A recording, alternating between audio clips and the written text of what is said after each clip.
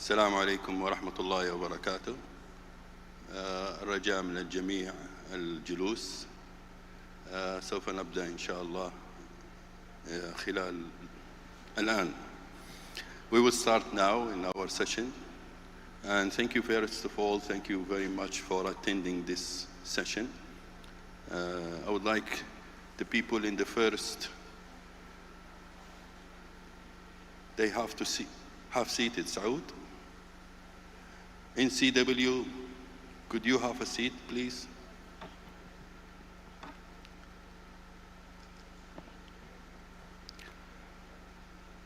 Well, thank you very much for attending this session. This session, it will be, if we can start the presentation today, in this session, we will talk about the species conservation and related globally and in a regional perspective. And in this presentation, or this session, will concentrate more in species. Yesterday, there is more discussion and more about the sites in the last 2 days. Today in this workshop or side event, what we call it, it will be more in a species, in this session, in a species oriented. Today we will give some example about the conservation of species, and especially in our region here, from a regional and a national perspective, and also international perspective. And today we have some guests from international agreement, which is the CMS and Raptor MOU, and also from international organization, and also from Iowa, which is the African Eurasian Waterbird Agreement.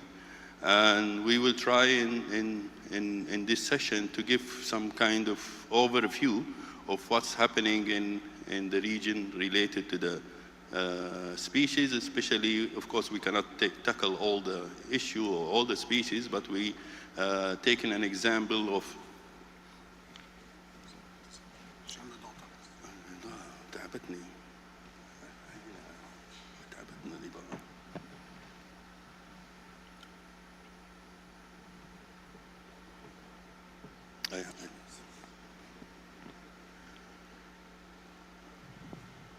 So I will start myself in the culture work which is being done in our region, and then we will give the chance to CMS or Raptor MOU to give an information more about which will be presented by Umberto Galario Orsi. From the CMS coordinating office and the Raptor MOU, and he is the director or the coordinator of the Raptor MOU in the coordinating office for the CMS in Abu Dhabi.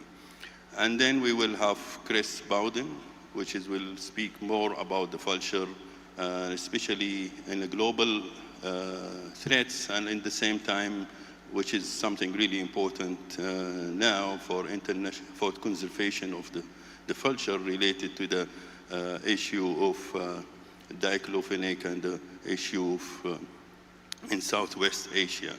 Then we will have a discussion about the issues related to vulture. Then we will shift after that to the Iowa agreement, and I will start with the work is being done here in Saudi and some of result that we got, and it will be something quickly to give a chance more to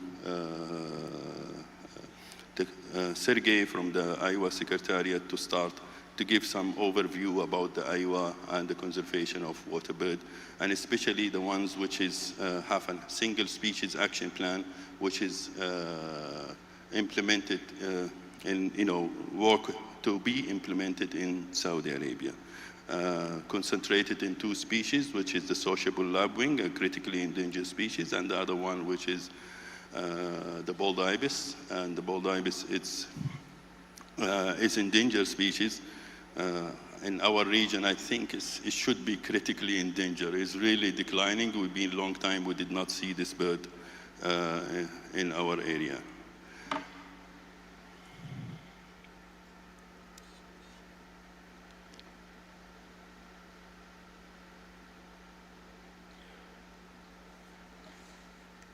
Sorry.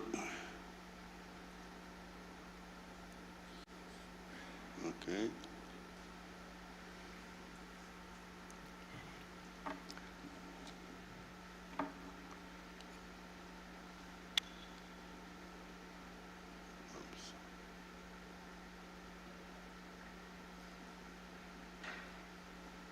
So I will start with giving some status and conservation in the national, for the vulture internationally, and also some information regionally. The vulture species recorded in Arabian Peninsula, it's 4 species of breeding of vultures in Arabia. One of them, it's been long time, 2 or 3 decades actually, or more.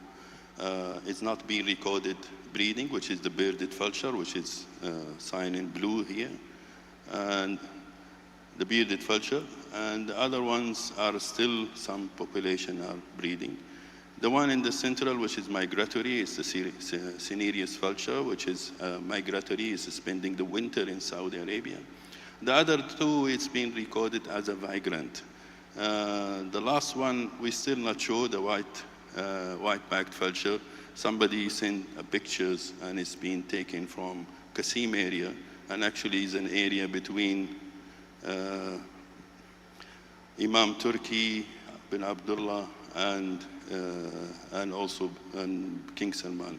So in this area it's been reported. So this one is being vagrant, only 1 record, but this been recorded in the northern countries in our region. So we start with the first one. The first one, which is the Cinereous vulture, is a migratory species, is spending the winter in Saudi. It's near threatened regionally and globally. And it's, as I said, most of the country in the region, like even in Oman and UAE, is coming as a wintering species. And it's been stated in the CITES and in CIMES and in Raptor MOU. The other one, which is the Egyptian vulture. The Egyptian vulture is a breeding population, but this population is declining. And some of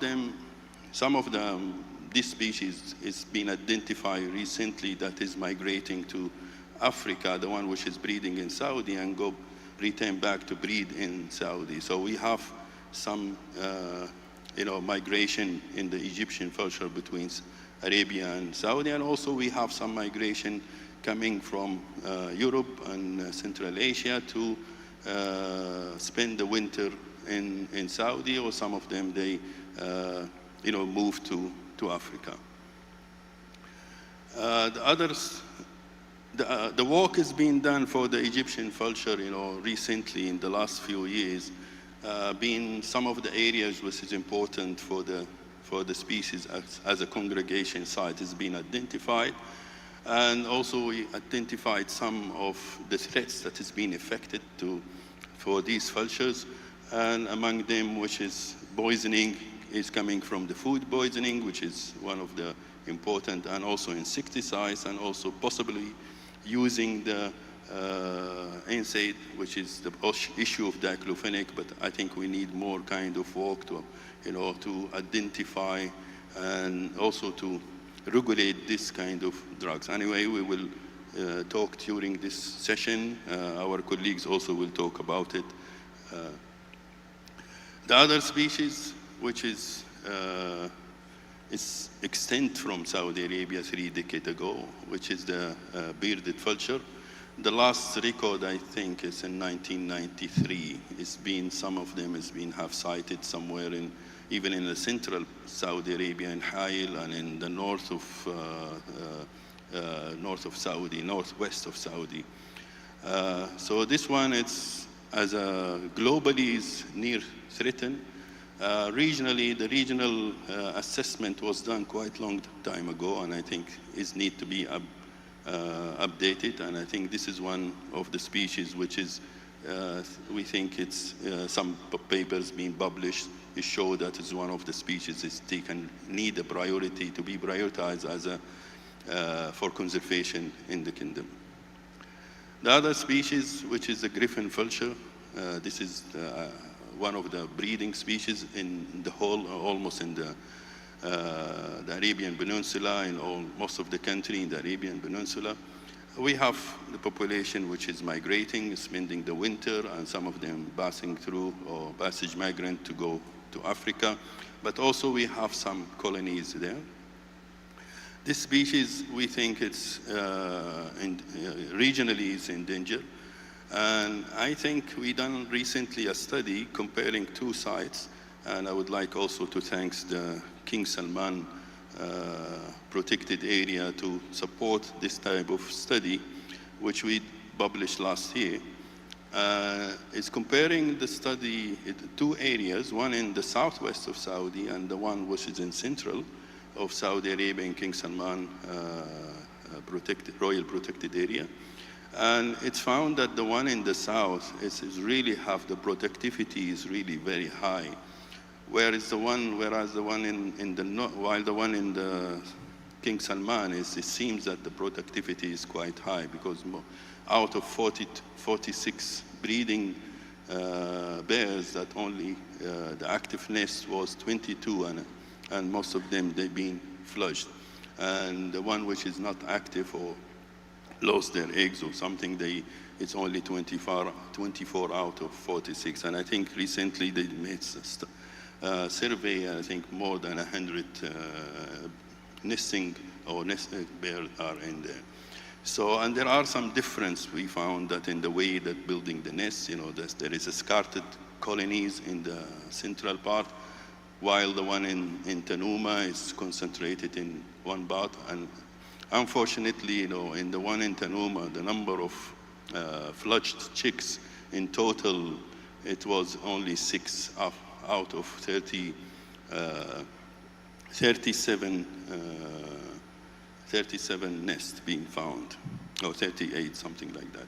Anyway, the one we noticed that in the poisoning was one of the big issue, and one of the, this is, I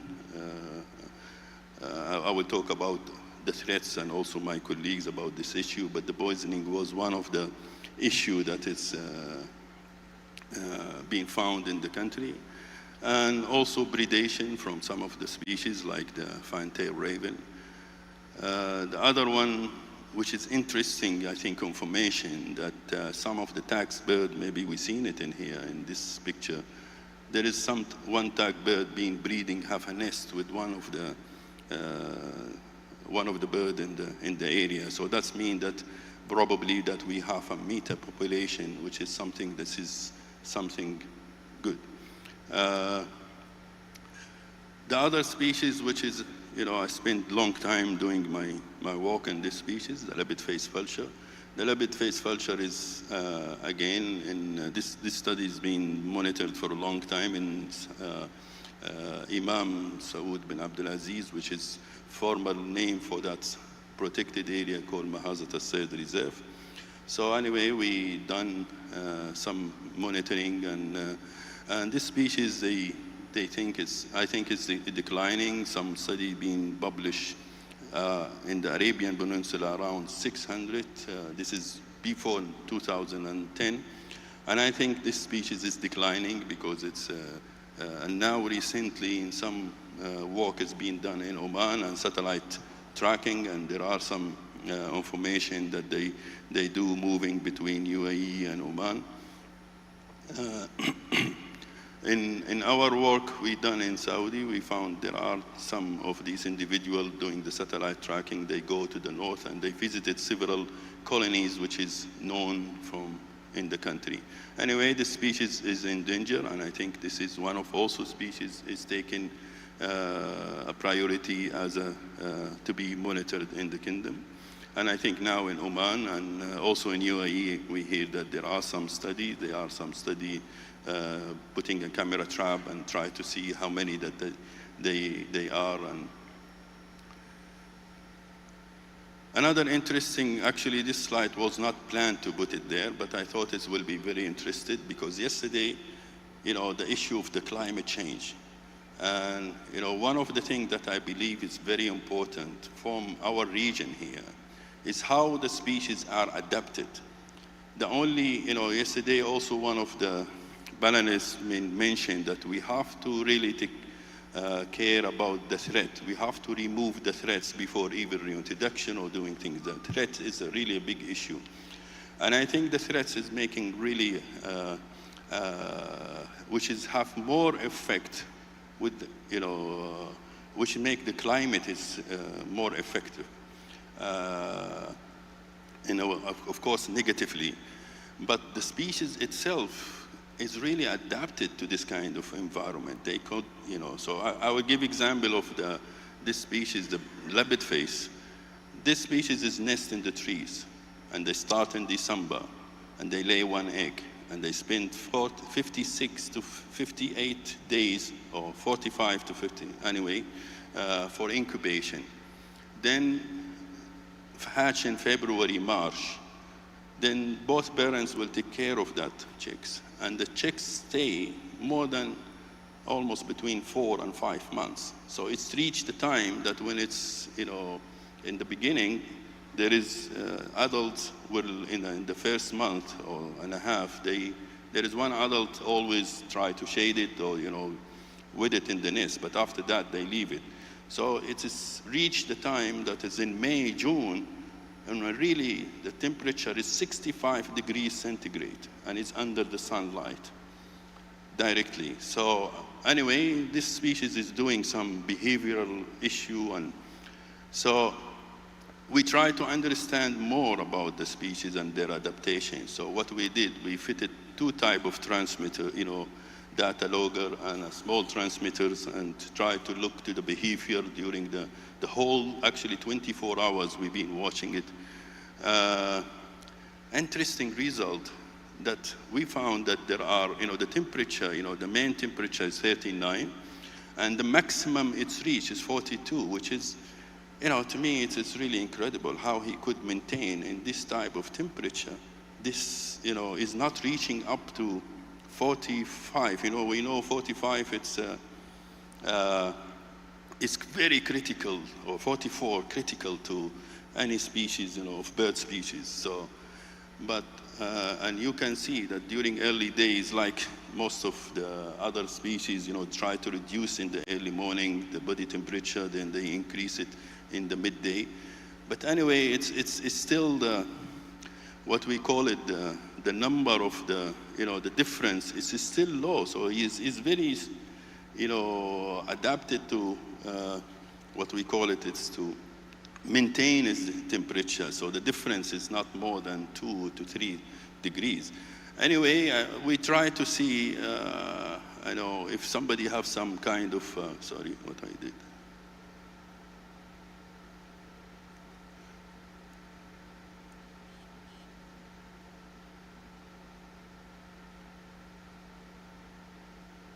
Sorry. Yeah, so what we did when we did the correlation between the temperature and air temperature, we thought that maybe we use that person correlation to start, see if we increase the temperature, what will be the body temperature.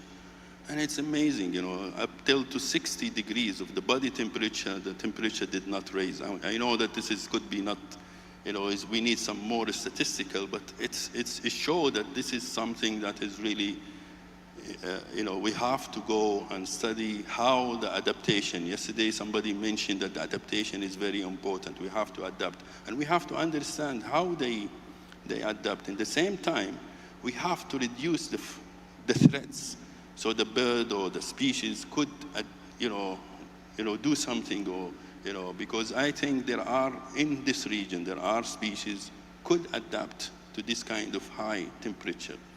Anyway. So from the threats we have in the region, there are a species, multi-species action plan, which is taken different regions. So this is out of the, and from some of the publication we done. The main, which is in red, the main issues that related to the threats in our region here.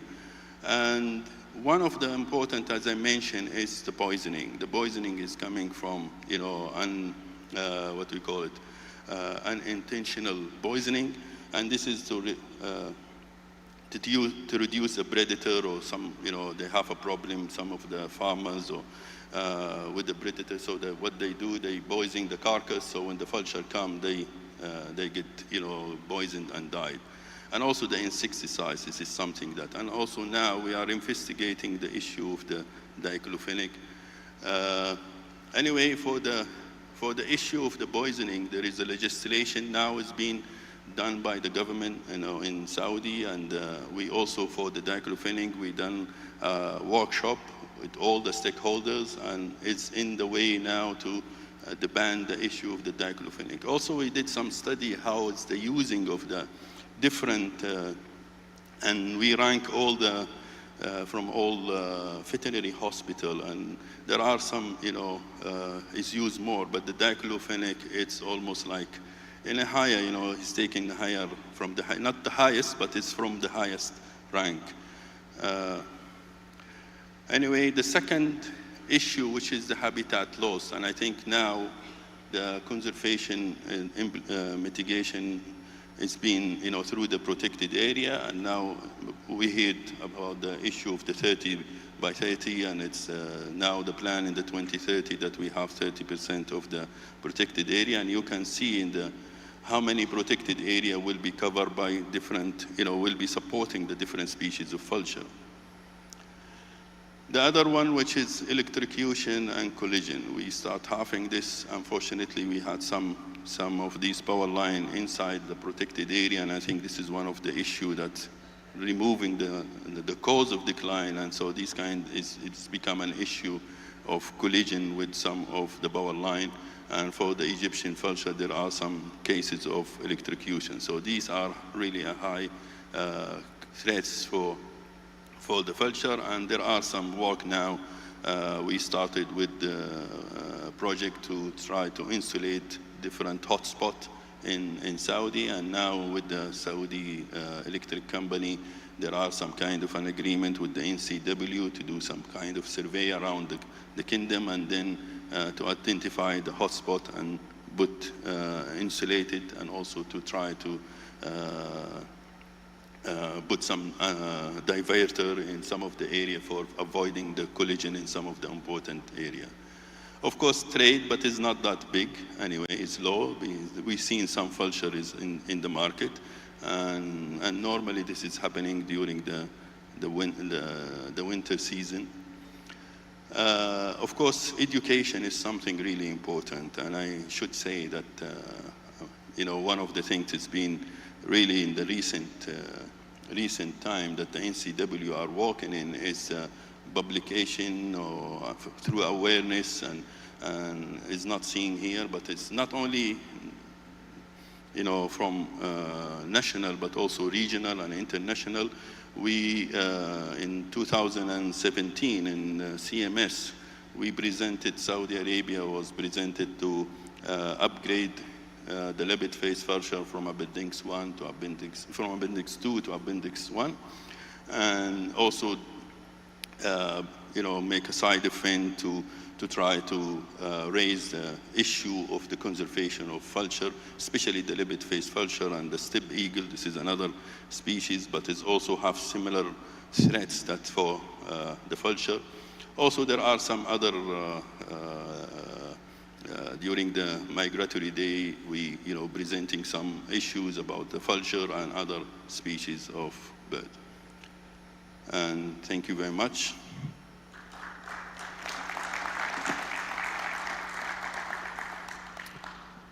To go again with the vulture, I will call my colleagues from the CMS, Umberto. Please, Umberto.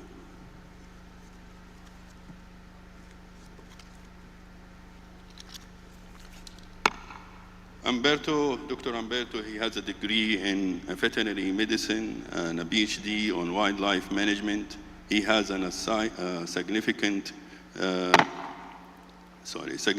experience in the management of the large and complex international projects supported by a range of donors, including EU, UN, GEF, national government, and private donor. He is currently leading the coordinating unit in the Memorandum of Understanding on the conservation of the migratory bird of prey in migrating between Africa and Eurasia, which is called the Raptor MOU and based in Abu Dhabi. Umberto, you have the floor. Thank you, Professor Shobrak. Let's see. You need from here because it's coming from there. Okay. Good morning, everybody. I am Umberto Galossi. I'm the head of the coordinating unit of the Memorandum of Understanding for the Conservation of African and Eurasian Birds of Prey. Well, the Raptor MOU, what we call it, because the name itself is kind of a mouthful, is a multilateral agreement established under the CMS, the Convention on Migratory Species. Was established in 2008, was agreed in Abu Dhabi, which is now hosting the coordinating unit. It covers 131 countries across the wide geographical area we cover, and 64 are so far the signatories of the agreement. We are covering and protecting and trying to maintain at a favorable conservation status 94 species of migratory birds of prey that include falcon, vultures, eagles, and owls. The MOU has identified, the signatories has agreed on a list of 7,260 sites which are internationally recognized as important for raptors, but we know this list is not finalized yet. So more work will be needed for that. But while working on raptors, raptors are the group of birds which are the poorer conservation status. The gray list is the red list index for all birds, and you see the birds, the raptor covered by the MOU are the one doing worse in the last 20 plus years. So we definitely need to concentrate our attention on migratory raptors. And 1 in 3 is globally threatened or near threatened, so definitely not doing well. And the bad news is that, in fact, more than 50% of the 94 species are still declining. So the situation is not going to get better any soon unless we really take important conservation activities to address these species. Among the different groups of raptors, the vultures are the one doing the worst. More than 50% of the species, of the 15 species occurring within this area, are globally threatened, actually are critically endangered. So really the vultures are up there and needs to be at our more attention. For that reason, the Raptor MOU in 2017 developed the multi-species action plan for the conservation of African and Eurasian vulture. They cover 15 species and aims by 2029 to restore the population of a favorable conservation status. That has been aimed by identifying 12 objectives and 124 actions on an area covered by 128 range states. So it's a huge area, a lot of species, but we recognize that there are a lot of common threats, and activities addressing one single species would have not really helped. It was much more cost-effective and strategic to work on a larger group of species which share so many biological and threats issues. So for the threats, I'm not going to, nothing new of what Professor Shobrak mentioned. There are poisoning is very much the most highest cause of mortality. These raptors have a very slow reproductive rate. They breed only when they are about 4 or 6 years of age. Every year they produce only one chick. So the mortality of even one adult is really put back conservation and the conservation status of the species very bad. And sometimes, and that is a tragic thing, most of the mortality is as intentional. Most of the poison bites put out there are for controlling human-wildlife conflict or to get rid of animals that are considered pest or problematic. Or, as it happened, and Chris Bowden will describe in more detail, the non-steroidal anti-inflammatory drug, when used in veterinarian practice, can be a dead event for a lot of raptors, and vultures in particular. That's the main cause of the collapse of the vulture population in India. There are some cases of targeted poisoning, particularly in Africa, where vulture parts are used in belief-based practices like traditional medicine or good luck or black magic or whatever. So there are very different forms. When we talk about poisoning, we need to be very careful in understanding what are the drivers behind the poisoning. Poisoning is just a method to kill or how the birds get killed. A new emerging threat is the lead poisoning. Vultures, and not only vultures, but all raptors that are also scavengers, can get poisoned by the leftover of hunting activities, which is implemented using lead shots. Hunters generally leave in the field the intestines or dead animals that are not collected by hunters. The small amount of lead in the carcass can kill very quickly or very slowly the animals that eat it. And in some cases, the lead also ends up in our diet and has an impact also on human health. Of course, power lines are also a big issue, and this is a map in Africa and Middle East of the major infrastructure, causing both collision and electrocution. Collision, of course, mainly for the birds, large birds, and electrocution more often for Egyptian vulture.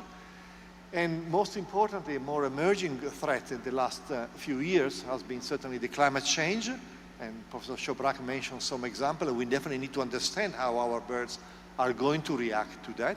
But disease, and particularly avian influenza, who has been around for many years, but now is evolving into a species, a disease not only affecting water birds and seabirds, but also affecting mammals, cattle, and of course has been already proven to affecting vultures and raptors.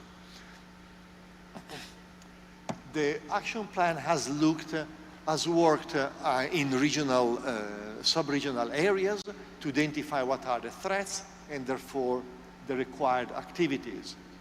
And for each of these areas, we had coordination groups to understand really what were the most important threats for each region. I'm not going to go in details, of course, but the action plan has developed then a frame for action, which identified objectives, results, and the activities required to reach these results.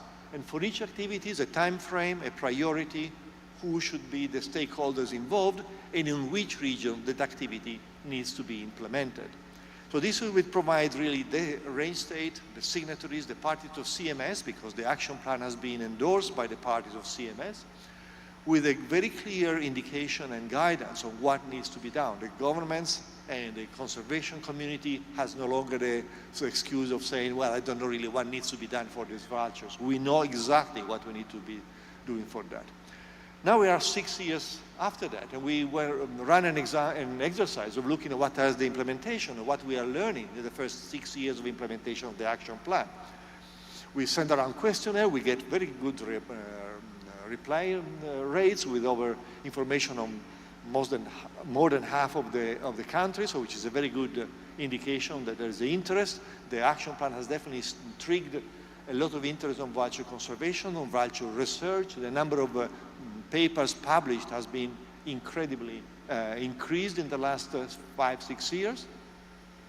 But let's look at the implementation level in terms of how many of the activities are being implemented and to what extent. We have a methodology to identify and to measure the implementation of the action plan.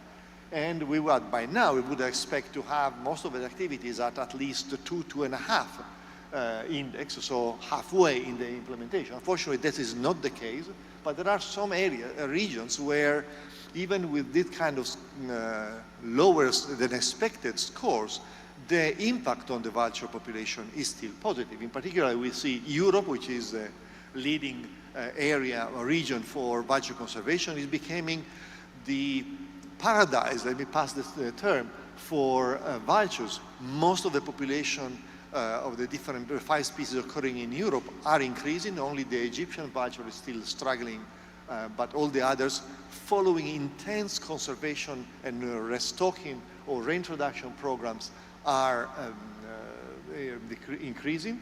The same can be said for South Asia, where the collapse of the vultures, and again, Chris will tell more about and more details on that, has been stopped. And in some countries, we can actually see the population bouncing back because there has been, as in Europe, a lot of cooperation between NGOs and government and working together, and also resources. I will talk about that later on. Middle East is up there. There are things happening. There is a lot of work happening in terms of new protected areas, new legislation, addressing major threats. There is still work to be done, of course, but also here we are at least understanding better.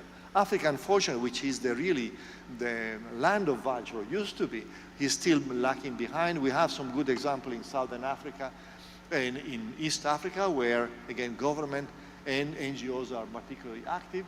Other parts of Africa, unfortunately, they are still struggling behind in the implementation. But there are good news, as I said, but there are also lessons to be learned. So the midterm implementation review, and I have here a summary for the Middle East that I'm happy to share, and is also available, will be available online very soon, is important is the engagement of the government, or the political engagement and financial support from the governments, because this is really the key. NGOs have been doing great jobs here in many parts of the government, in the range, but definitely when they are working with the government in cooperation and with a common understanding and commitment, then is where the difference are really happening. We need to build capacity, because especially in Africa, but not only, we definitely need to build capacity because there are no capacity between NGOs and governmental organizations. The action plan has identified essential action which haven't yet get the attention they need. And we need to establish what is an implementation framework. The action plan, and I will see more detail now, they have identified an implementation framework that hasn't been fully implemented so far, and we want really to work on that. And 2029 is around the corner, so we need to start looking at how we're going to do a final review and updating the action plan based on the work on the last 6 years and the next 6 years. This is the time really we make a difference. Looking at the funding, as I said, funding is a crucial element, but not the only one. But in Europe, of course, out of the $60 million used directly for conservation of vultures in the last 6 years, most of it has been spent in Europe, where they have the wonderful LIFE instrument, which is a governmental European Union funding instrument for biodiversity, which is really driving the conservation and the work between NGOs and government, delivering very great conservation. Second, again, is South Asia, where the SAVE Consortium has been gathering the interest and coordinating the work of government. And we had also investment and success. And Middle East, third in the line. This is just a graph coming from the questionnaire, so we didn't check, and probably we are missing a lot of resources, but the amount of money invested in the region is a good proxy to see the progress in the implementation of the action plan. So, as we used to say, conservation without resources is conversation. So we need resources, not only commitment, but really cash. The results from the midterm implementation review drove the review of the resolution 1210 of the CMS addressing African Eurasia. In particular, the parties as asking the Secretariat, provided there are resources available, to continue the group, the vulture coordination team, which was a voluntary group of conservation specialists across the range, coordinated by the Raptor MOU coordination unit, but to establish a working group on vulture, so to formalize and institutionalize the coordination group. In fact, the action plan first sees the establishment of a vulture working group, international working group, which will have governmental representatives and experts, organized in regional committees, because of the 128 countries, the range is simply too wide. We need to work at regional level through regional coordinator, guided and supported by an overarching coordinator. So this is the way forward toward the conservation of vultures, facilitating the engagement of government. And we hope that in 5 years, we will have an implementation report which is showing the success. Thank you very much.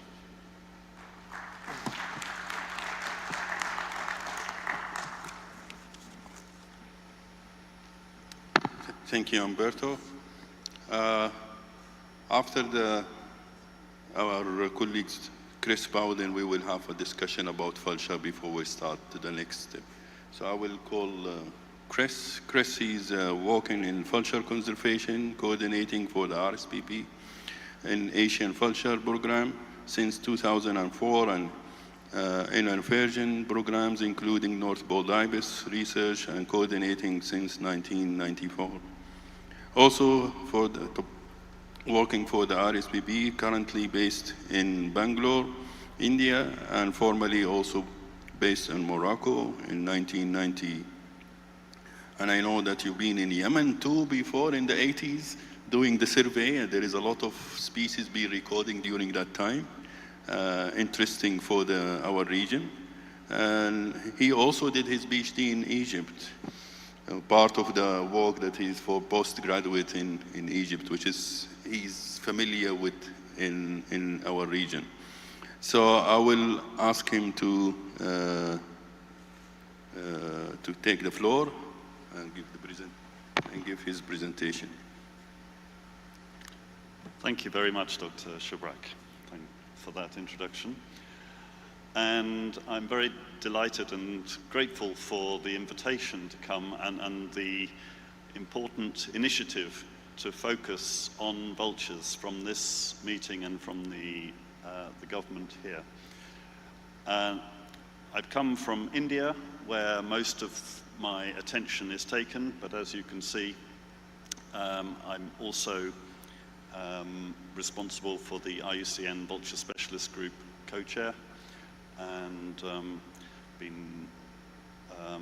I want to just give you a quick overview, focusing a bit more on South Asia and Southeast Asia, but to show how what's happening here in Saudi Arabia is very, very important on a global scale.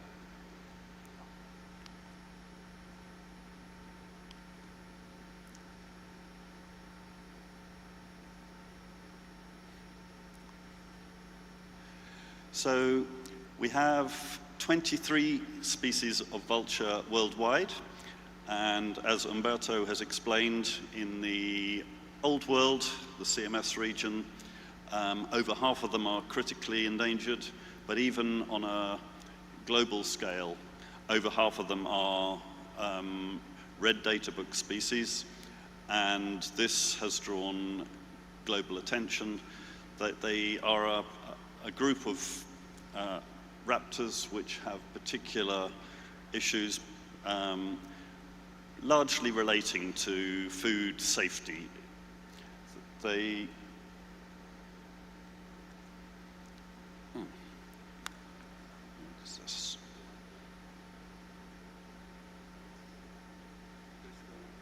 Sorry, just press it again. Why is it doing that? Oh, down. Sorry about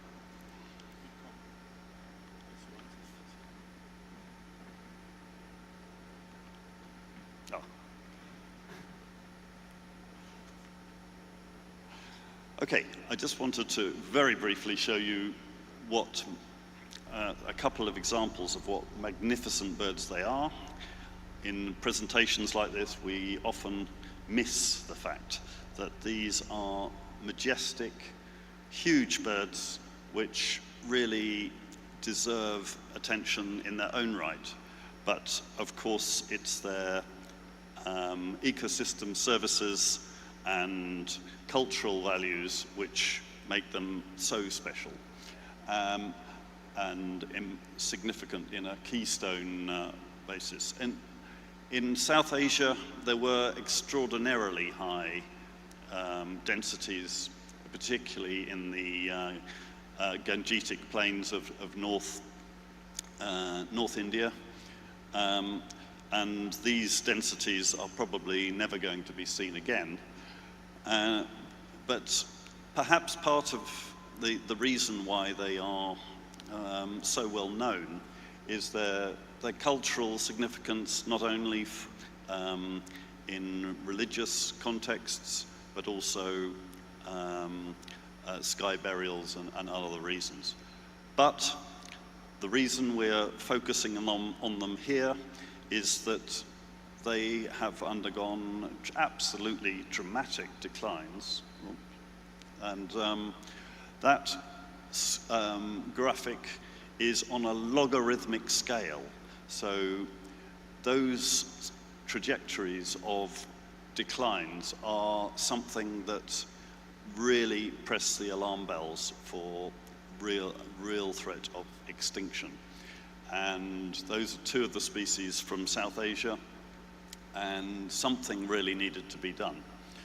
And this species, the white-rumped vulture, the Gyps bengalensis, is the one that underwent the fastest declines of any formerly widespread species in literally 15 years.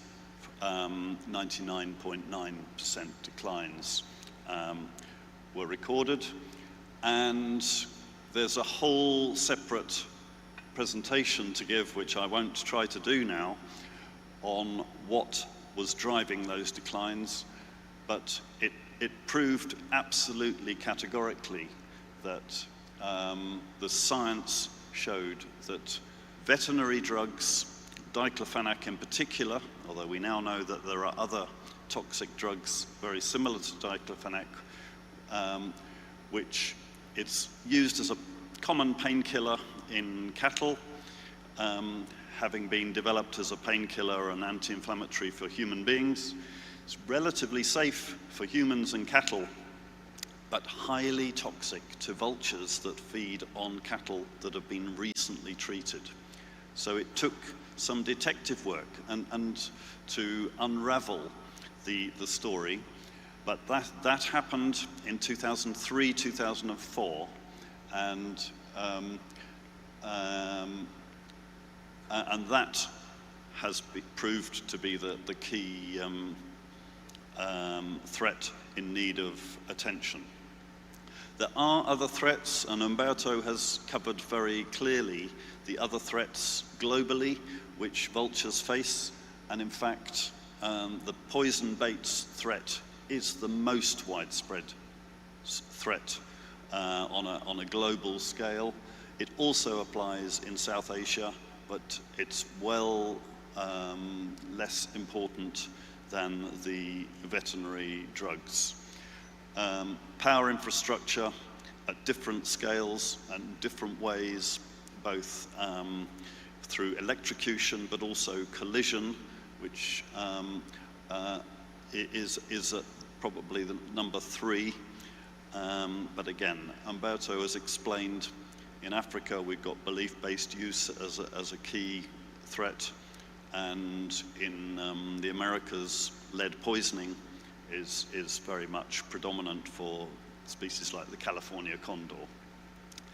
But I'm going to focus, well, before I move on to focus on the threats in more detail, the loss of vultures in South Asia has caused a huge impact. I mean, the estimates of numbers of birds, they were so abundant, it's been very, very hard to get clear estimates of numbers. But the 40 million birds in India seems to be the, sorry, this seems to be going on without me, sorry. And in fact, feral dogs in India have definitely helped to fill the gap of losing vultures playing that ecosystem services role. and a 30% increase in feral dogs is a huge biomass. And of course, feral dogs are the main vector of rabies. And in India, 8,000 people per year die of rabies. So this is a very real human risk, as well as the other environmental pollution risks of all that rotting meat, which is no longer consumed by vultures. So let's move to some of the solutions. And I mentioned it was 2003, early 2004, when it was fully recognized through some really key publications that diclofenac and NSAIDs were the main threat. But in fact, the Indian government and governments of Pakistan and Nepal were the first to react. So within 2 years, a veterinary diclofenac ban was imposed by those range state governments.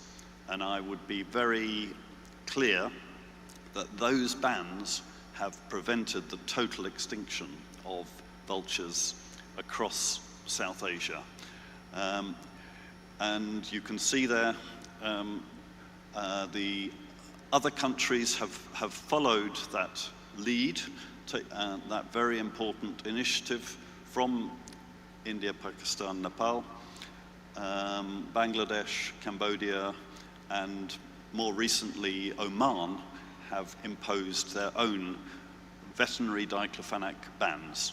And that has been a really welcome initiative, because we do know that these drugs are increasingly being used, and Dr. Shabrak mentioned how popular diclofenac is here in Saudi Arabia with the veterinarians, and we know that these birds will be toxic, it will be poisoned by the use in the same way.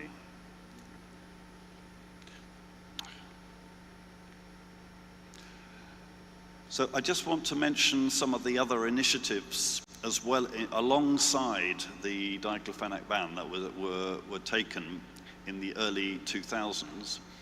In India, Nepal, and Pakistan, breeding programs were developed. These species had never been bred in captivity prior to this, so it was all new ground, but fairly quickly managed to get viable numbers into captivity, and a huge investment, but in very large breeding aviaries, and breeding and double clutching, where you remove the first egg of the birds. They only lay one egg per year normally, so you can double the productivity through artificial incubation of the egg,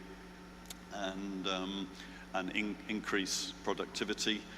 And at this stage, we didn't know whether we would be able to get diclofenac banned so quickly, and whether there would be any left at all in the wild. But thankfully, those early diclofenac bans had a major impact. And this graphic shows just what that impact has been. In India, the lower line there, the bans coming through in 2006, absolutely clear that they were crucial to getting the population stabilized, not increasing in India, and that's important. I'll come back to that in a moment. Unlike in Nepal, the higher line there, where the populations have really bounced back, and that's quite clearly linked to the fact that in Nepal, the diclofenac ban has been much more effective, and this really vindicates the steps to remove those drugs. And here you can see the breeding program in Nepal, and the measures in Nepal have been so successful that in fact the breeding program has been concluded, and the last releases happened last year, but the birds are being very, very closely monitored. Satellite tracking is crucial to actually knowing what's going to happen and whether other threats are taking on more significance. So I'll come back to that in my concluding remarks, but I just want to mention for the area that I've been talking about, the South and Southeast Asia populations of these species, we have created a network of vulture conservation, science-driven work.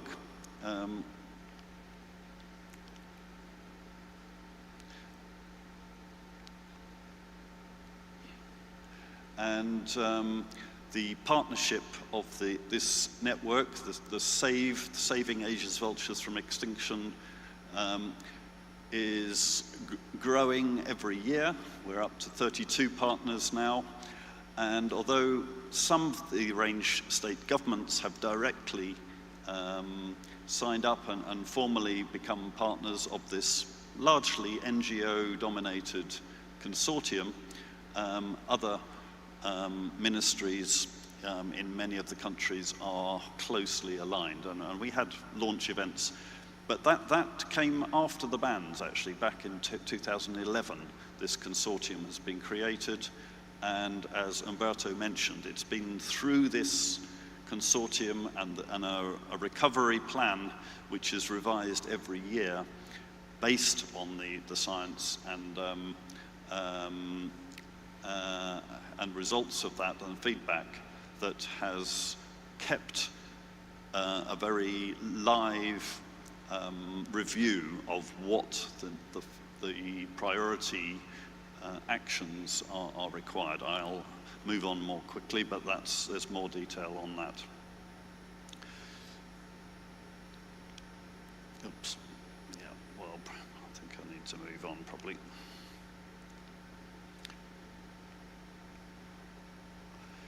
So just to underpin that all of this is based so strongly on science, and I was very encouraged during this meeting to see the emphasis that's being put on having good scientific information to back up any prioritization of actions.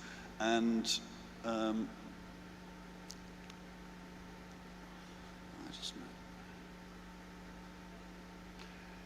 and indeed, it's the science that's really shown which of these drugs are the most toxic to vultures.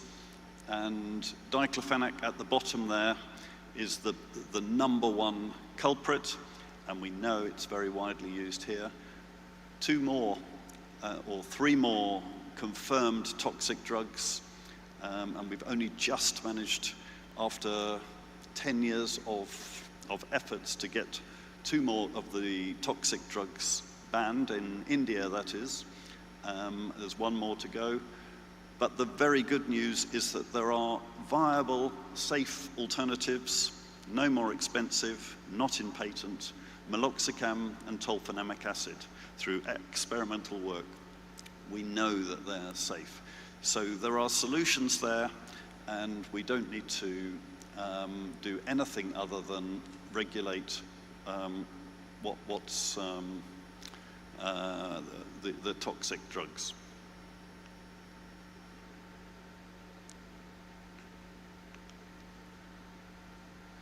Am I pointing this the wrong way or something? Yeah.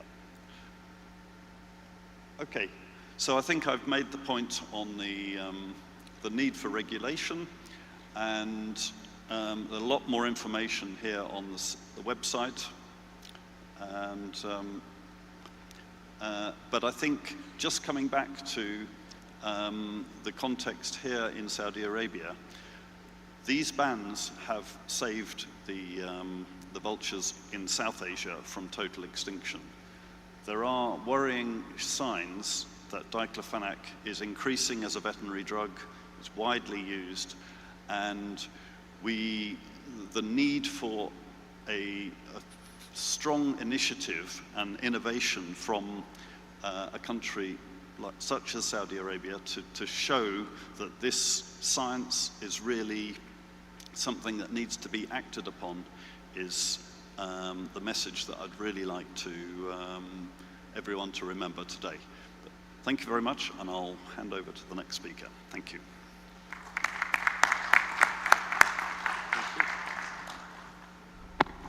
Thank you, Chris.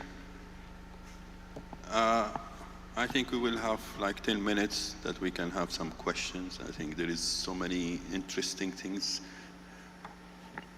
So I open the floor for any questions for the panelists.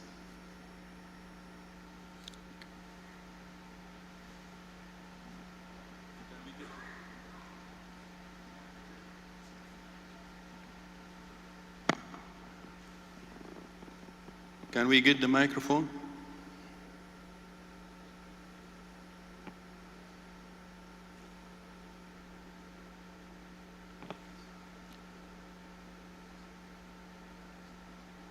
Or can you come to the board here?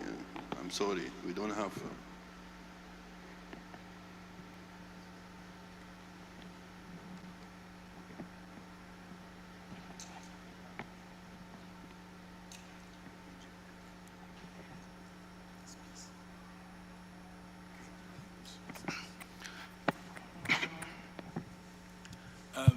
Dr. Chris, you did speak extensively on diclofenac. Okay, I'm a veterinarian. I don't know about you. My worry is the ecological basis in India, especially since you are from India, right? The way the animals are disposed of. That's why you do need the vultures to take the ecosystem services they produce, right? I just want to be sure whether we're not comparing oranges and apples. The scenario might not be the same here in the Arabic Peninsula, because our cattle will not be disposed the way they are being done in India. So our vultures will not have access to animals that most likely have been treated with diclofenac. And so either we look for diclofenac, non-diclofenac NSAIDs that are here, but like you said, the science, so we would need to push more on the science. It's either diclofenac, which I think, except we have the data, I think may not be as used as in India as in here. I mean, when I mean the Arabian Peninsula. If there is data for that, then we can look at it. Thank you. Thank you very much, and that's a very important point. And I will ask Dr. Shabrak to comment as well in a moment. But one surprising thing to me was that the level of the declines due to diclofenac was similar in Pakistan as it was in India. So even where meat consumption is quite different from in North India, somehow there were cattle which were reaching the food supply of vultures in that context. So that's one point. And it is quite surprising, I think, that and so I think it is very clear, and in fact we're also getting some work done in Spain to because a lot of the resistance to applying a ban immediately there was a similar point that the cattle will never reach the vulture food supply. But actually, from that surveillance, we're already finding that, surprisingly, some of it does reach. Perhaps not quite the same level as in North India. And one other point I meant to make, actually, is that because the vulture, on consuming the dead cow, it will live for 36 to 48 hours normally after consumption. So they don't die immediately. And actually they're normally 50 kilometers away from the food source. So this threat is particularly invisible. And unlike some of the other threats, like power lines and even poison baits, which kill much more quickly, this threat is very, very difficult to detect. And indeed, even more challenging is getting, even if you find that dead bird, getting a reliable test of whether diclofenac is in the tissues requires a very good laboratory, and I'm sure you have such laboratories here in Saudi Arabia, and getting some monitoring of any dead vultures here to build up that information on causes of mortality. I know that there are, for example, when quite often in India, all you would observe would be that maybe a vulture is dead on its nest, or even a chick has died because the adults have disappeared. And piecing together the evidence of why that's been caused and why the diclofenac toxicity has been responsible takes a huge effort. And it will take a lot of time, and of course the vultures don't have time. But I hope I've answered your question. Yeah, I do agree with you. Like you showed the dose-dependent graph when you showed that the reduction after the ban in India, and then you compared it with Nepal, right? Of course, we could argue that India, the population of India and the population of the cattle in India is far, far greater than the population you'd have in Nepal. So the same thing here. I'm not talking about our own area where you have. You want to respond? Go ahead. Thank you. Yes, that's the area of Nepal where these vultures are mostly is actually the very lowland extension of the Gangetic Plain. Okay. So the human population is relatively high there, but I think the control of diclofenac usage and the authorities, and actually there was a lot more effort on the ground to make the ban effective more quickly in Nepal than it was in India. So I think we can explain it by the effectiveness of the ban in Nepal compared to India, where there is, unfortunately, human diclofenac is the same thing. So if a veterinarian, it is illegal, but they can go and buy human diclofenac. They may have to, and that's why we managed to get regulation of the vial size to less than 3 ml, because that makes it much less convenient to use the human diclofenac for veterinary purposes. Still possible, for a determined veterinarian can go and buy 5 vials of human diclofenac and give it to a cow, but it makes it more expensive and it makes it less convenient. So I think all of this adds up to effectiveness of the ban and the determination of the government to really make it fully effective. And I have to say that in Pakistan, the bans have not been as effective as they have in Nepal anyway.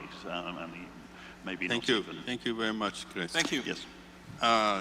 Just to mention, yesterday, the last 2 days, we've been talking about a lot of effort is being done in Saudi to bring back all the wildlife to the kingdom.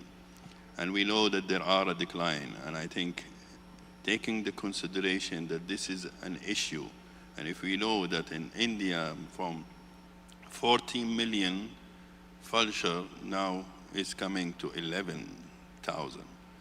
And this is only happened when the time that they start using the diclofenac. And now it's being discovered scientifically is there. So should we wait until things is happening and it's declining, or we should ban? And I think this is something in Arabia, it's really important in this time, as they are part of the ecosystem, is a part, and actually the objective of the NCW is not only species, is the ecosystem itself. So we need to start from now. There is a lot of different program for reintroduction, to bring back the wild animals, and I think these vultures are playing a role. And we should, expect, that to do something related to this. And I think the NCW already started and in the progress to ban as a veterinary medicine or veterinary drug. Not, we know that it's used in human. But anyway, I think, I hope it's clear now. And I think even for culturally, from long time, vulture has kind of, with the local, some kind of respect. If you see, go to the shepherd when they have any dead animals, what they do, normally they take it out away from their livestock. And when you ask them why, they say they will come and feed these vulture will come and eat it and rid of the disease. They already, these guys, they know that this is an important for their, environment. Anyway, I will take another question because I think we have to start the other session. Any question? Yes, please. Can you give her the mic? Yes, thank you all so much. And related to what Professor Mohammed has just said, I'd like to ask the question to any of you to talk a little bit more about the cultural or spiritual values of these birds and how that can bring to bear on their conservation. Thank you.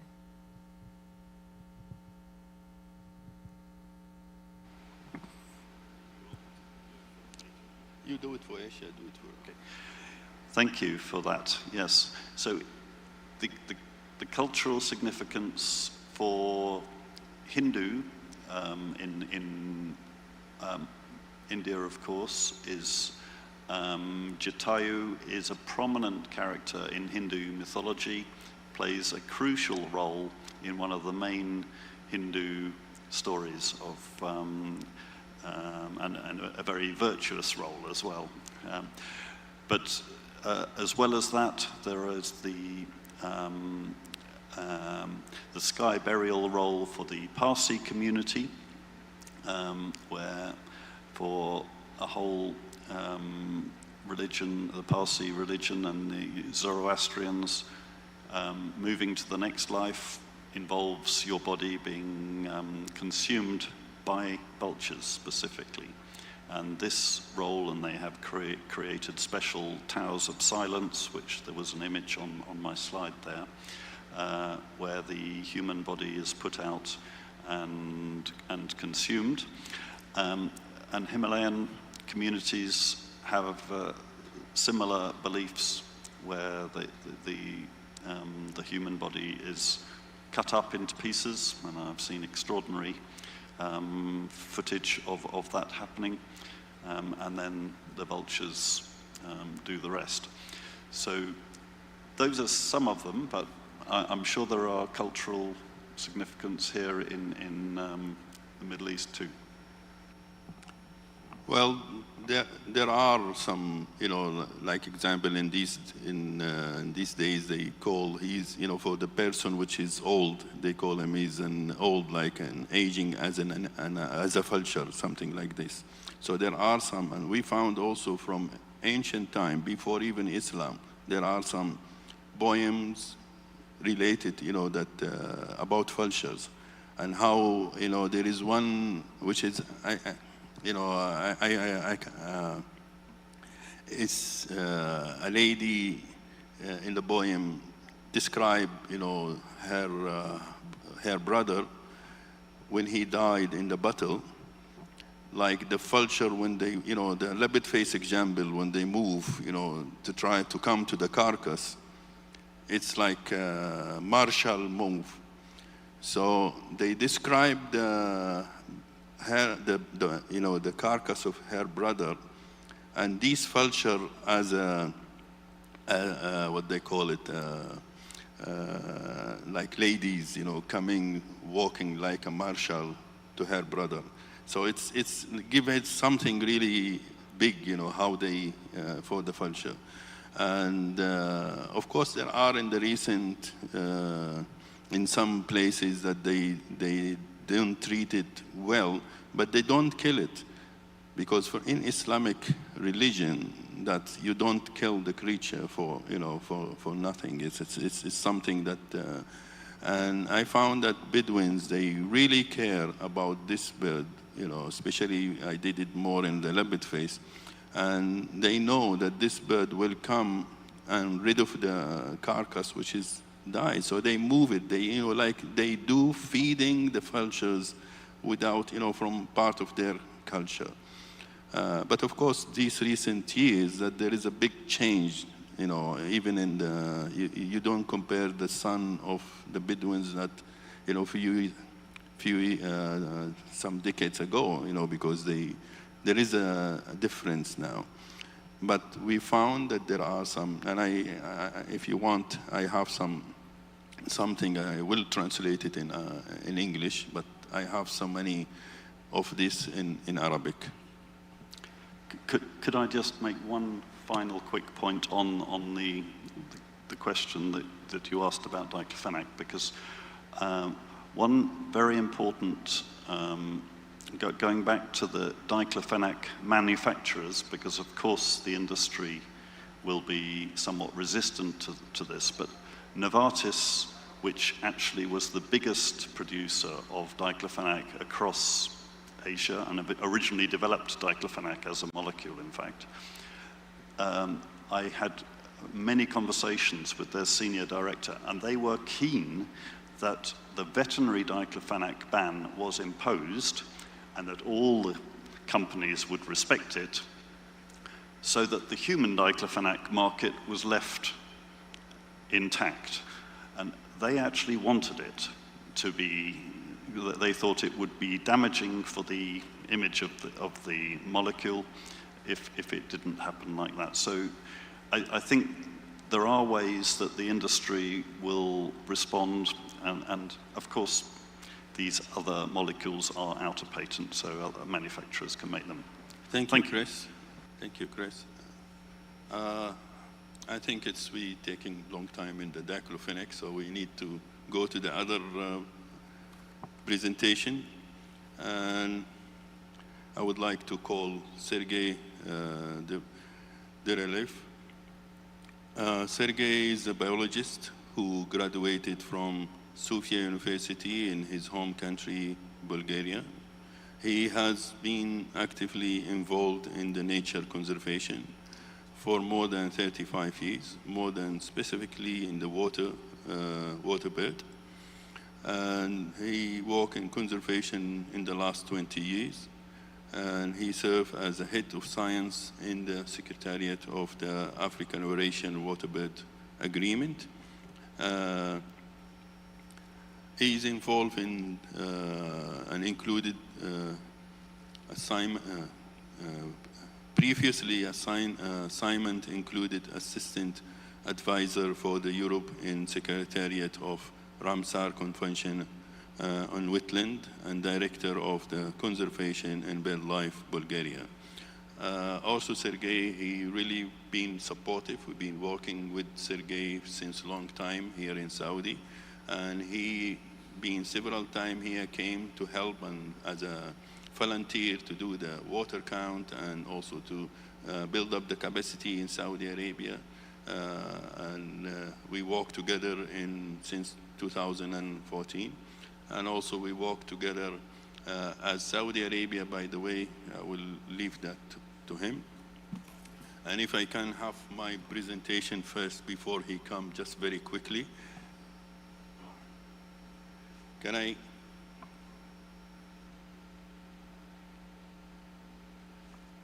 Can we get the presentation, please? Yes. Sorry, I will not take long in this. Well, just to mention, that for for the raptors or the CMS and other convention, especially the Iowa, there are many works being done in the early when the commission and and the new strategy, and actually the National Center, if you see what's happening with the Vision 2030, it's started by the Ministry of Environment that has been, all the environment issue was there. Then in 2018, the national strategy being developed under the Royal Protected Area. In 2019, the Special Forces for Environment, and then the National Center in 2020, different centers being developed. One of them is the wildlife. And also in 2021, which is the different regulation being out. And this is something that it's really was important, the hunting, the trade, and the protected areas. And these all play a role for the threats, either for the vulture and also for the waterbird. And recently, Saudi Arabia being signature or full signature for the African Eurasian waterbird in last June, I think, in 2023. Although we are recently signed, but our relation with Iowa has been long time. Saudi Arabia been sharing several single species action plan for the working group for the International Species Action Plan.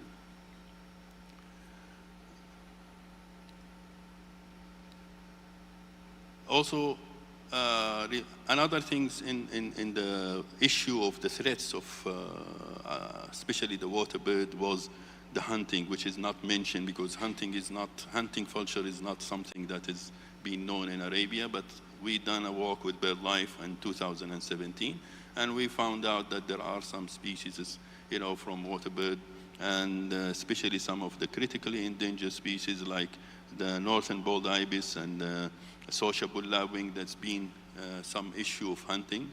And this is why it's been the developing of the hunting regulation, and probably many of you heard about this regulation and is taking standard and criteria that is selecting the species, and all waterbird are being protected, especially in the law, the legislation mentioned, and we developed really innovative method for selecting the number of hunting and selecting the species. I'm not going to speak about it if somebody would like to have any question, but we have this way of how we select the number and the hunting bag only from 1% of the total population. And also there is as I said, all wetland species are protected, but also developed in the law the hunting license, and if the violation, and there is a fine for any violation of this law. And some of these, well, the two species that we really here in Saudi walk together with Iowa, which is the bald ibis. The bald ibis, it's really, we feel it's a really critically endangered species, but anyway, it's been now downlisted because of the western population in Morocco. But anyway, Saudi Arabia was hosting the bald ibis working group, the international working group since in 2012 to update the species action plan. Saudi Arabia now is sharing the working group. The other species, which is the sociable lapwing, and the sociable lapwing, I think in the last few years we are working almost from 2017. Now we doing the monitoring regularly, and I really would like to thanks all the partner who work with us, especially King Salman Royal Reserve, which is they work together to do the counting of this species, which is and now it's most of the area that is known for this species is being the majority are they use the agriculture areas, and it's most of them inside the this protected area and is being protected, and there are some effort with the special forces from the Ministry of Interior to try to protect that site. So thank you very much. Now I call for Sergey. I'm sorry, keep you going.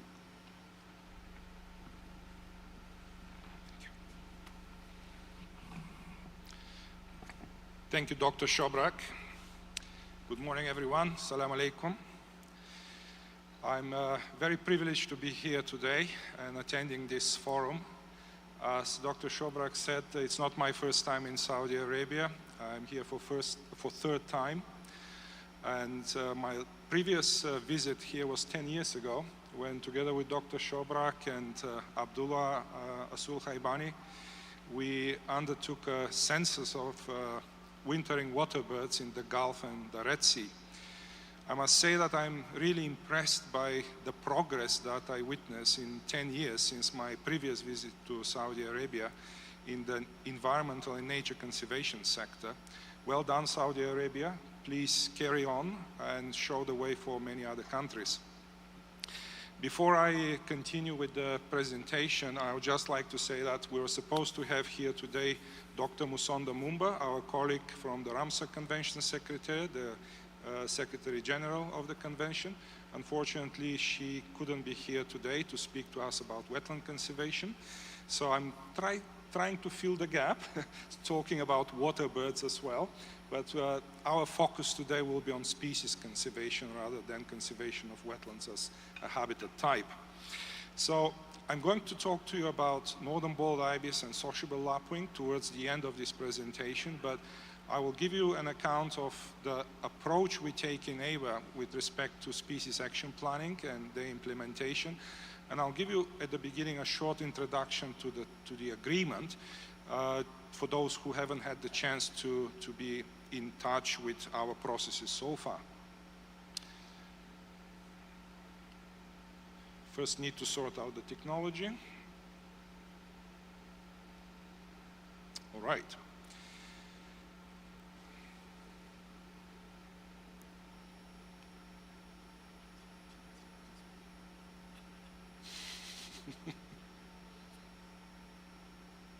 All right, I think I'm getting a grip on it. So, AWA is a legally binding treaty, intergovernmental treaty, which was established under the provisions of the Convention on Migratory Species, which is a global convention. AWA is a regional one. Today, AWA is a standalone independent treaty with its own management, financing, and governance. It was concluded nearly 30 years ago, so next year we are celebrating the 30th anniversary of AWA, and the Netherlands took the initiative actually to lead the negotiations on the conclusion of this agreement. And that happened in the capital of the Netherlands in 1995. Currently, AWA lists 255 species, which are thought to be dependent on wetlands for at least part of the annual cycle. They're grouped in 27 families, and they're represented by 560 populations.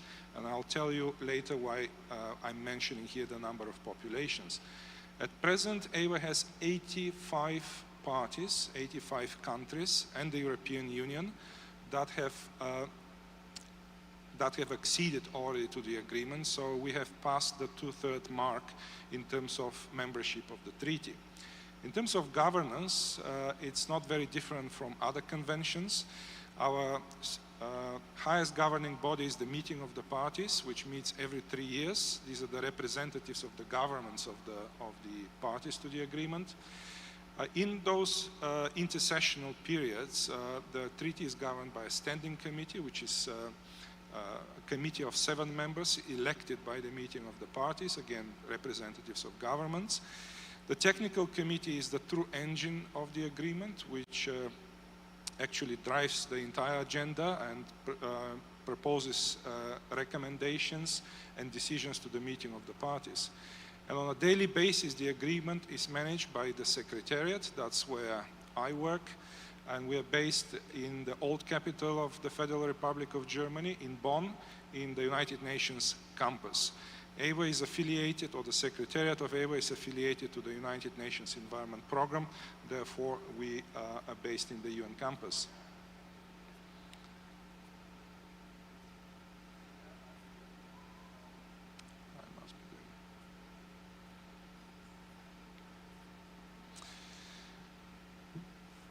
Here you see the map of the agreement. This is Annex 1 to the legal text, which defines the geographical scope of the treaty. And the green shaded countries are those which have already acceded to AWA. I'm very pleased to confirm that Saudi Arabia is our latest party, which acceded last year. It filled a major gap in the Arabic Peninsula, but not only there. It filled a central place in the Central Asian East African flyway, which is the one with the poorest conservation status of populations. So we look forward really to engage with Saudi Arabia and strengthen the work on waterbird conservation in this flyway.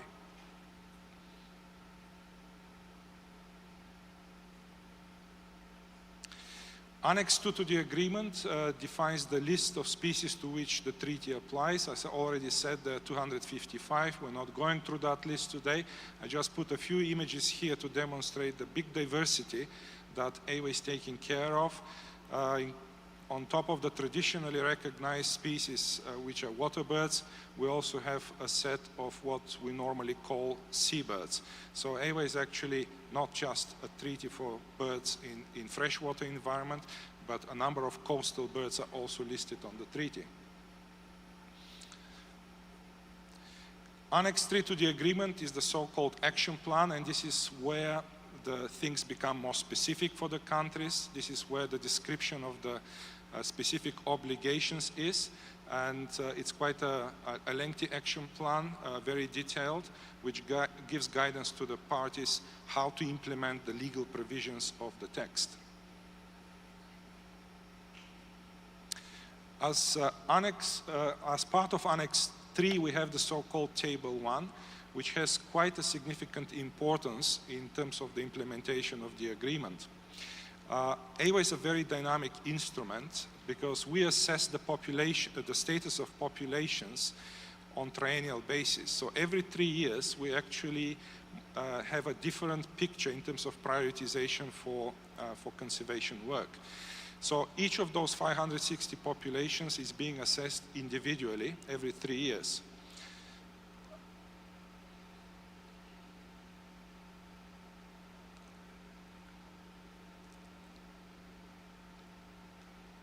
I think the technology is defying me today. So I'm using here the example of the purple heron to demonstrate the purpose of Table 1.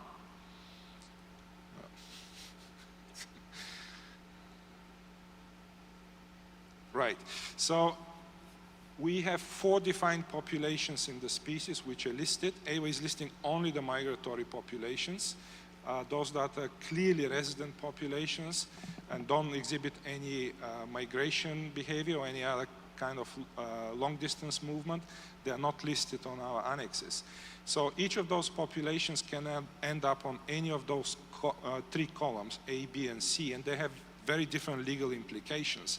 Column A being the one which lists the populations in the poorest conservation status, which has the most strict provisions for implementation by the parties, and on the other extreme, the column C, which lists the abundant populations, which are widespread also and in a favorable conservation status. And column B being in between, which requires still some attention and regular review and reprioritization. So in terms of, I'm moving now to the part on action planning, and I just wanted to make a brief account of the legal frameworks which actually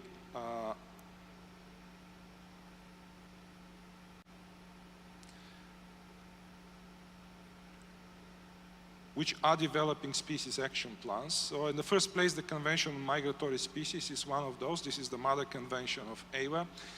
The Barcelona Convention, which is only applicable to the Mediterranean region, and AWA have a strong record in species action planning. On the other hand, a number of NGOs in the past used to develop their own action plans, like BirdLife International, Wetlands International, the International Crane Foundation. Nowadays, they don't do that. They actually cooperate very closely with multilateral environmental agreements like AWA and CMS, and they are fully integrated into the species action planning processes of those treaties. We also have the conservation of Arctic flora and fauna, which is something in between.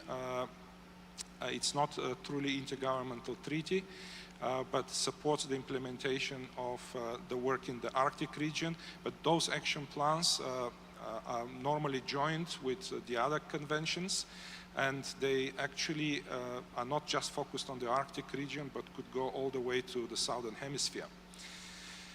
For AWA, the action planning process is embedded in the legal text. This is a strong provision that gives us the mandate and the basis for developing this approach. So all parties are actually supposed to cooperate in developing species action plans, implement them, and the legal text also provides the prioritization for which populations should be developed, for which populations action plans should be developed.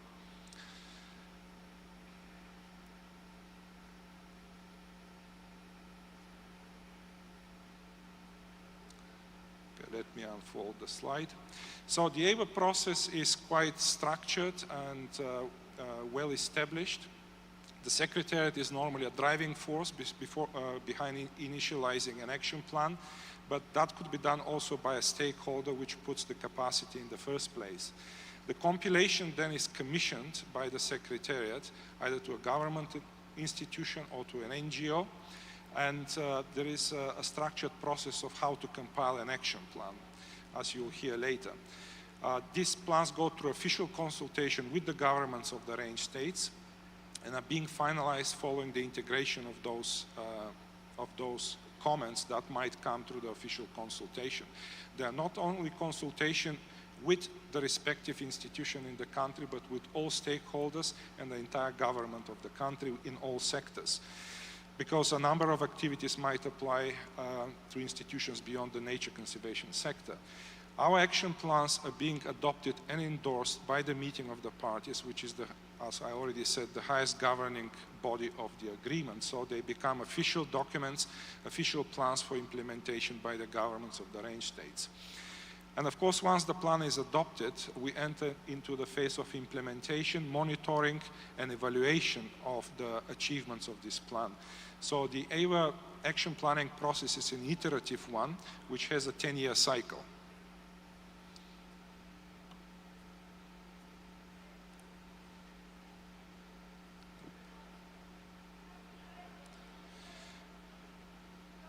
So the first format for international species action plans under AWA was developed more than 20 years ago, and since then we have had 3 additional iterations which improved the action plan and made it more user-friendly and more comprehensible by compilers and users of the action plans.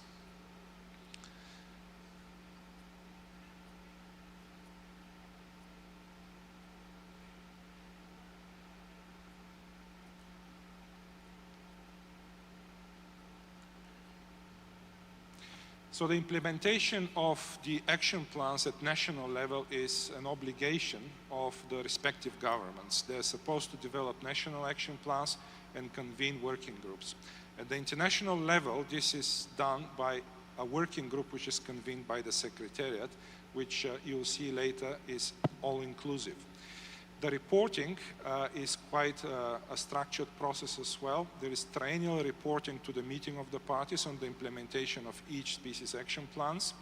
And for each second session of the meeting of the parties, so every 6th year, the Secretariat is compiling a thorough implementation report for all action plans.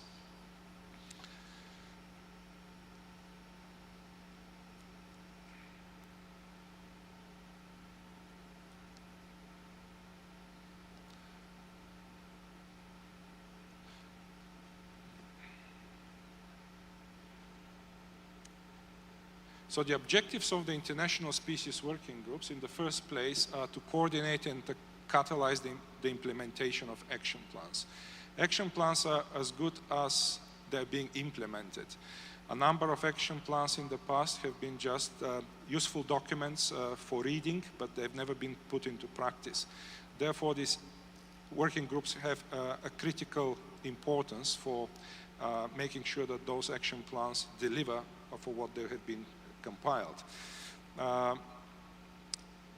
The working groups have an important role in stimulating and supporting the individual range states to actually deliver on the implementation at national level and contribute to the coordinated effort internationally.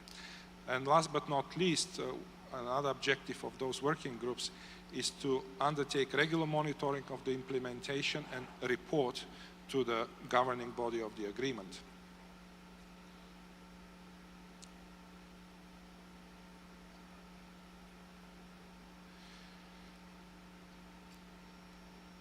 So the composition of those working groups includes a chair, which is selected amongst the members of the working group, and members of the working groups are range states.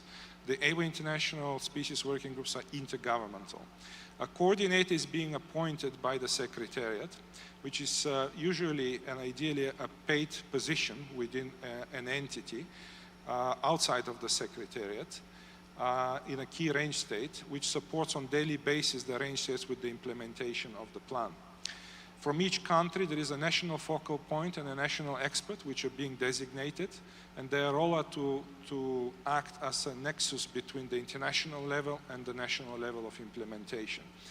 Other experts are also being invited by the chair of the working group to facilitate the work of the range states.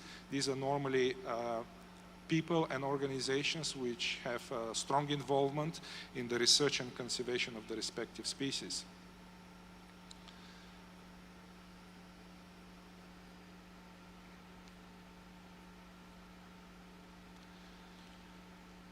So in terms of activities, it's a long list. I'm not going to go through that, but it includes issues like prioritization and implementation, fundraising, promotion of site conservation for those species, monitoring and evaluation and reporting. We already mentioned all of those.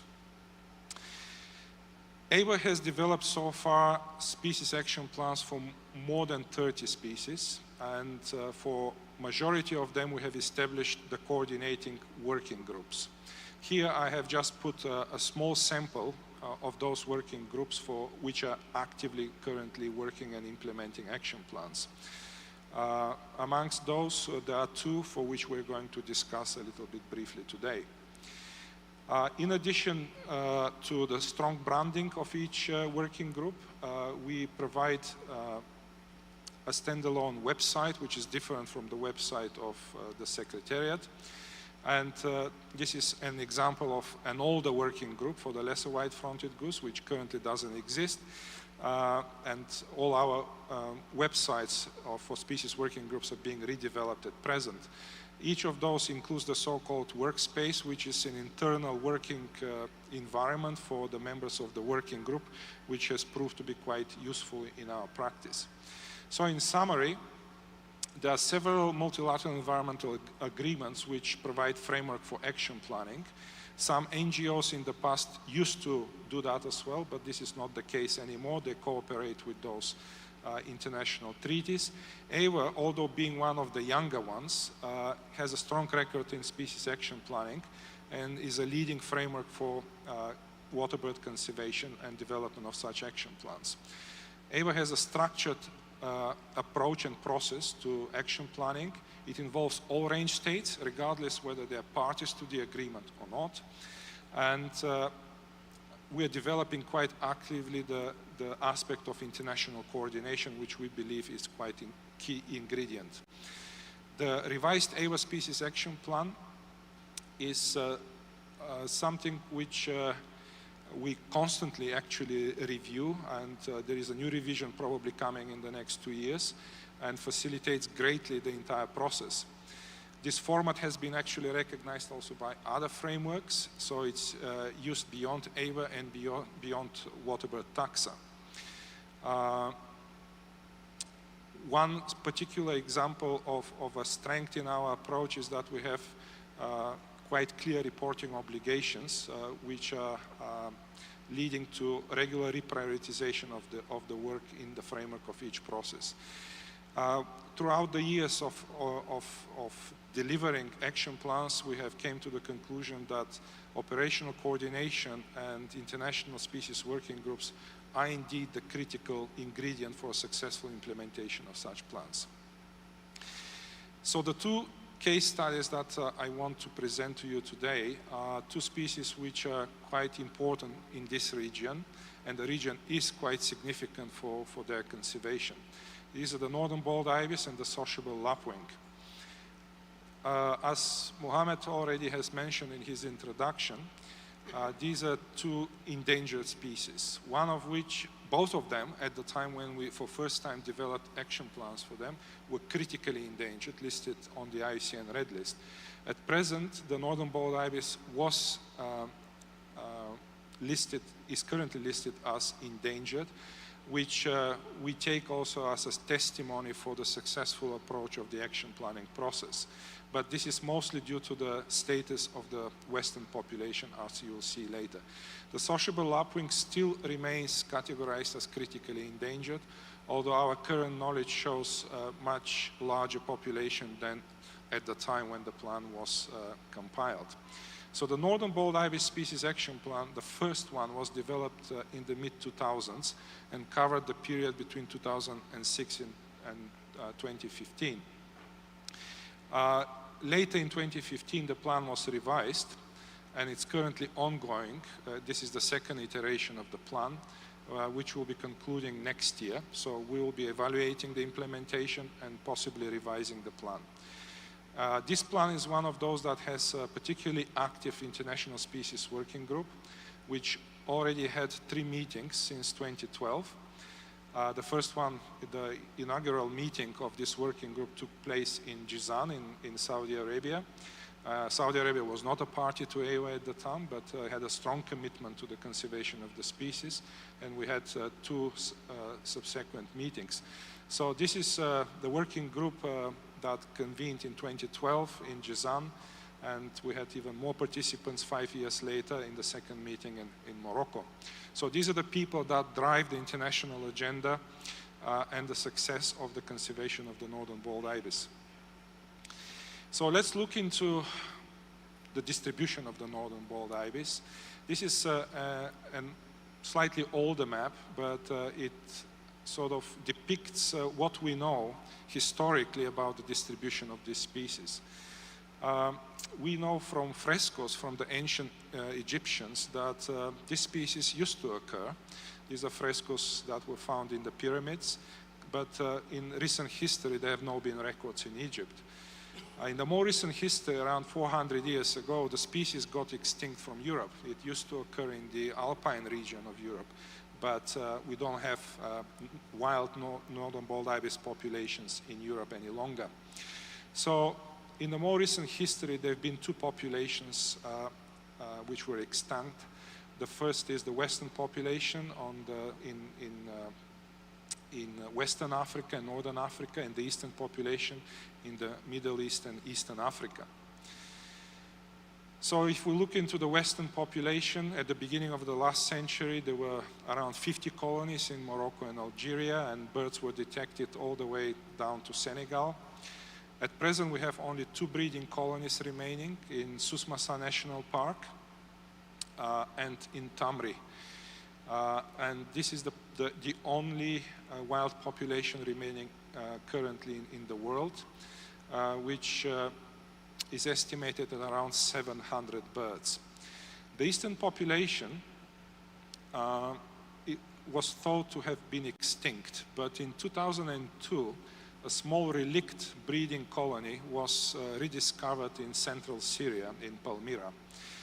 At that time, if my memory doesn't defy me, the population consisted of 13 birds only.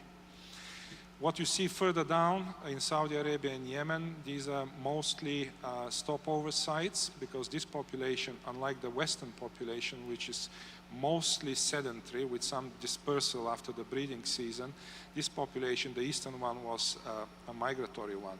There is anecdotal information from Yemen of potential breeding in western Yemen, but it hasn't been firmly confirmed. In Turkey, the population got extinct in the end of the 80s, but the same fate followed the Syrian population. I was there in 2011 when the violence started, which led to the war. I saw the last 3 birds on the breeding cliff. Nowadays, we can safely say that unfortunately this population is extinct. So in the eastern population, we have no birds in the wild at present. Fortunately, Turkey, although the population got extinct in the wild, there is still a semi-wild population which remains in the country. They breed in an aviary, in a large aviary, but they're free-flying during the summer period. In winter, they're kept in the aviary. So this is the only remaining birds from the original eastern population that we still have. Before the Syrian population got extinct, we managed to put satellite tags on birds. You saw this already in Dr. Shobrak's presentation. And this showed us where those birds are going in the non-breeding season and revealed the partially loop migration, which leads eventually to central Ethiopia, to a site where the entire population was wintering. And we also managed to discover some stopover sites in the southern part of the Arabian Peninsula in Saudi Arabia and Yemen. So this is all we managed to gather before this population got extinct. During this period, there have been attempts of supplementation while there were still wild birds in Syria. You could see here the small aviary which was constructed. This is the landscape in which the eastern population was breeding. The birds were supplied from the Turkish population by the Turkish government. Unfortunately, this didn't work, and the war actually interrupted this attempt of saving the eastern population. Even today, we still have limited releases of juveniles in Turkey. The only site where they keep the population, they've reached the carrying capacity of the site. So as a result of that, they're donating juveniles to zoos and also are attempting these limited releases. And unfortunately, those birds get lost, they don't survive. But remarkably, most of them head south. So they still retain this migration. They remember that, well, they don't remember, obviously, these are newly hatched birds, but the migration instinct is really leading them south.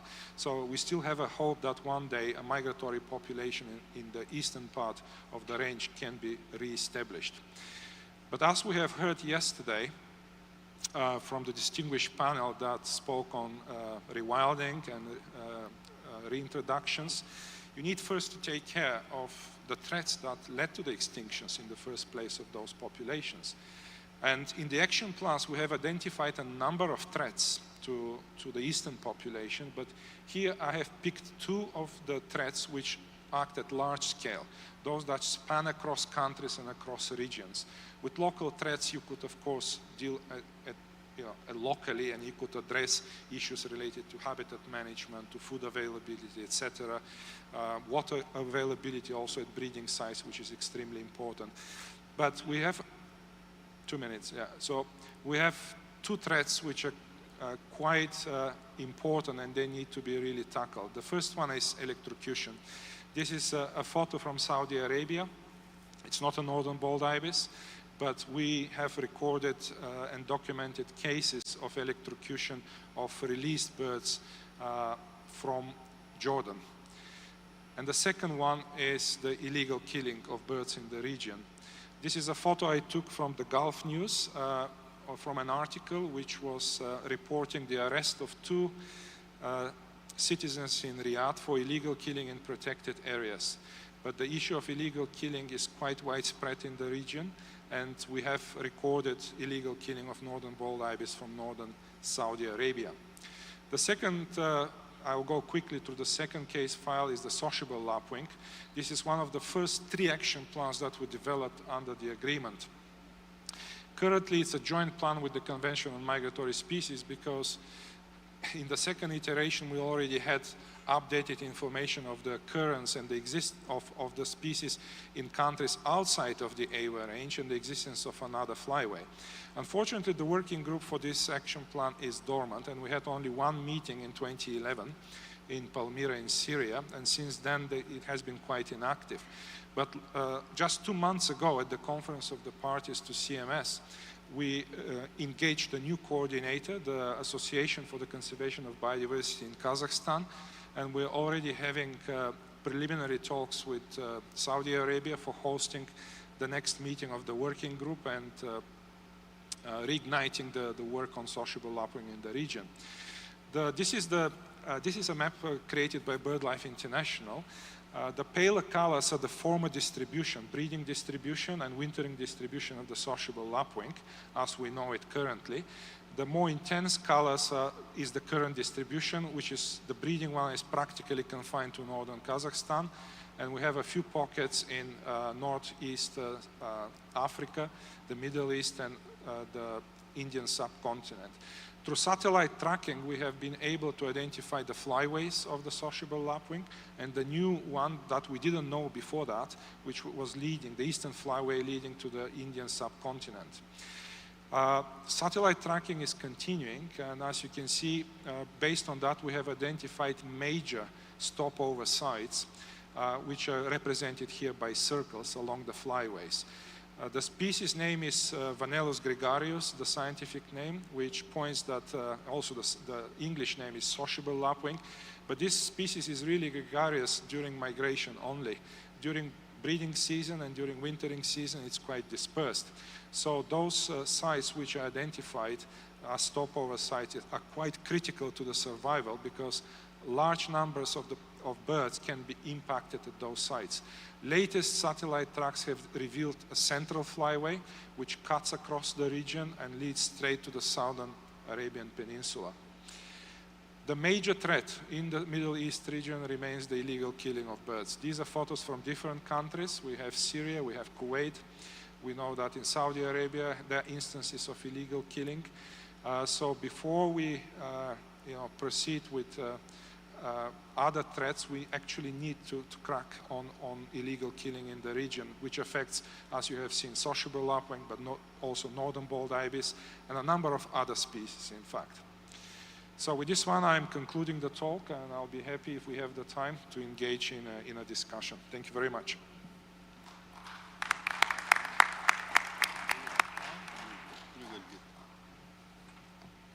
We will take one question. Any question?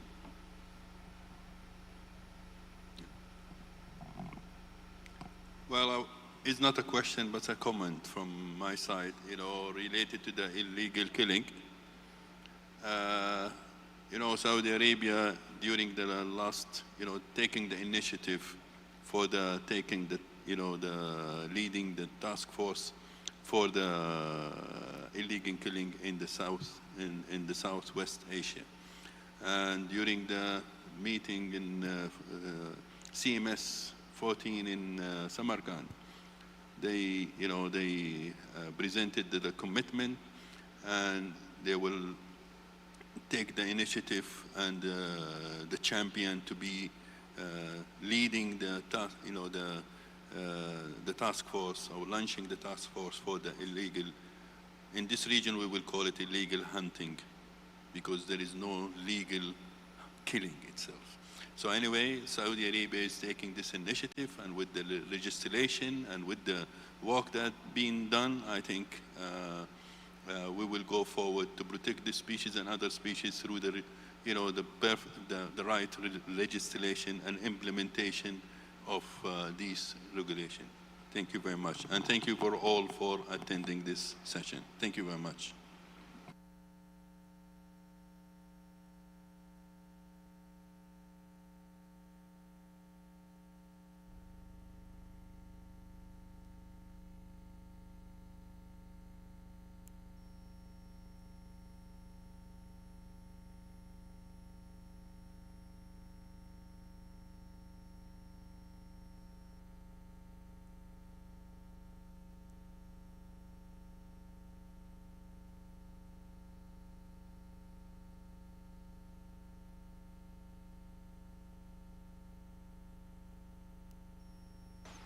I think it's taken more than 20 minutes for the break, so the session is over. Thank you.